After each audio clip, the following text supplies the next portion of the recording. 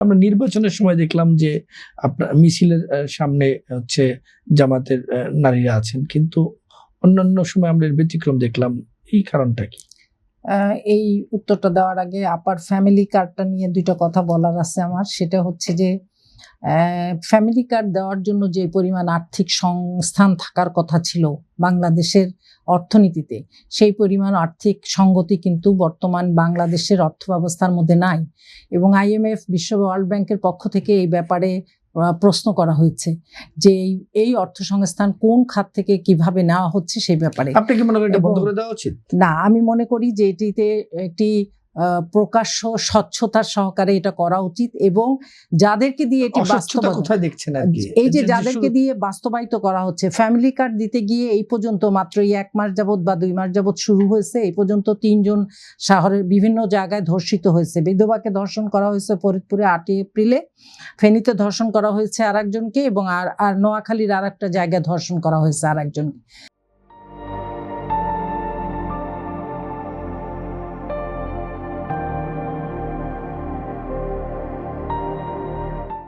তো এই পর্যন্ত এই যে 3 জনকে ধর্ষণ করা হলো ফ্যামিলি কার্ডের লোভ দেখিয়ে, এবং আরো অনেক খবর আসছে যেগুলি সত্যতা যাচাই করা ছাড়া বলা উচিত নয়, তাই আমি বলতে চাই না এখানে। তবে আমি মনে করি যে যাদেরকে দিয়ে এই ফ্যামিলি কার্ড বিলি বন্টন বন্দোবস্ত করা হবে, সেই বিএনপি ছাত্রদল, তাদের যে চাঁদাবাজি টেন্ডারবাজির যে অবস্থা সেটি আগে সংশোধন হওয়া উচিত।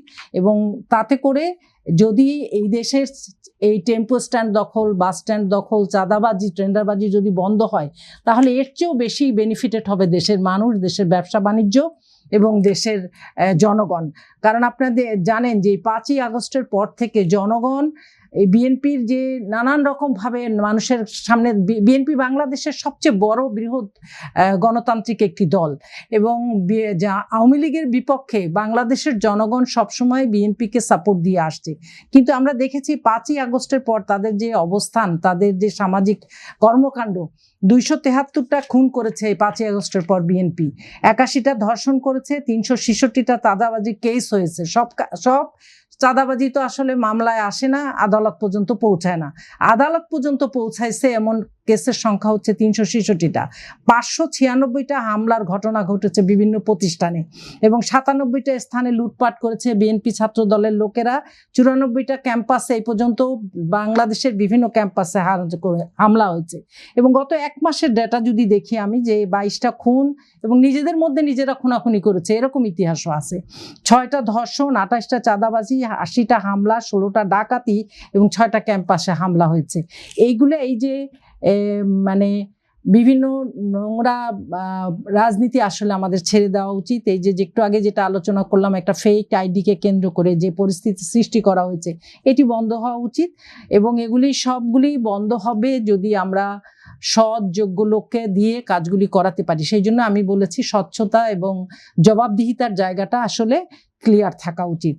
আর জামাতের নারী কর্মীদের ব্যাপারে আপনি যেটা বলেছেন, আমি উত্তর দিয়েছি খানিকটা, যে জামাতের নারী কর্মীরা আসলে এই নির্বাচনের সময় বিভিন্ন জায়গায় কাজ করেছে।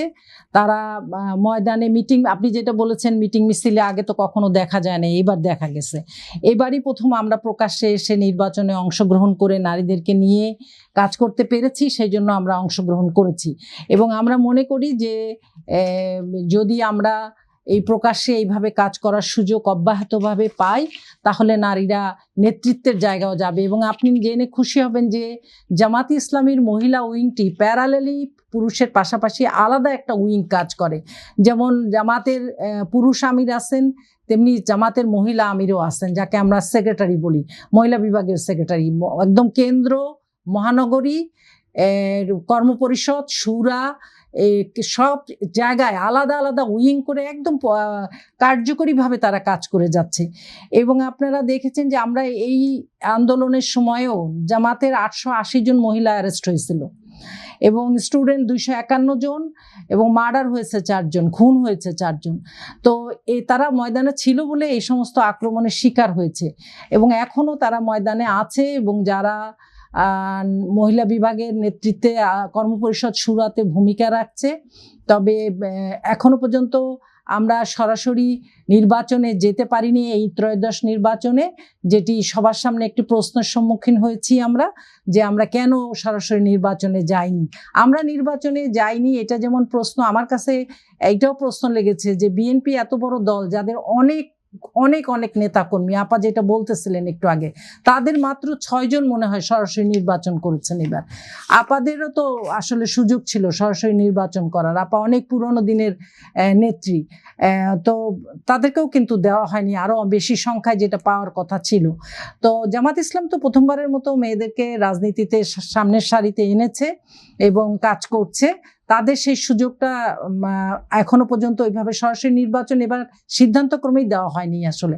কিন্তু আমরা এখন সিদ্ধান্তক্রমে বিভিন্ন টক শোতে যাচ্ছি, বিভিন্ন প্রেস কনফারেন্সে যাচ্ছি, মিছিলে যাচ্ছি, মিটিংয়ে যাচ্ছি। আপনি দেখবেন যে জামাত এই 5ই আগস্টের পর বিভিন্ন ইস্যুতে যত মানববন্ধন, প্রতিবাদ সভা, প্রেস রিলিজ, সাংবাদিক সম্মেলন করেছে, বিএনপিও এতগুলি সাংবাদিক সম্মেলন, মানববন্ধন, প্রেস রিলিজ করে নাই বিভিন্ন ইস্যুতে।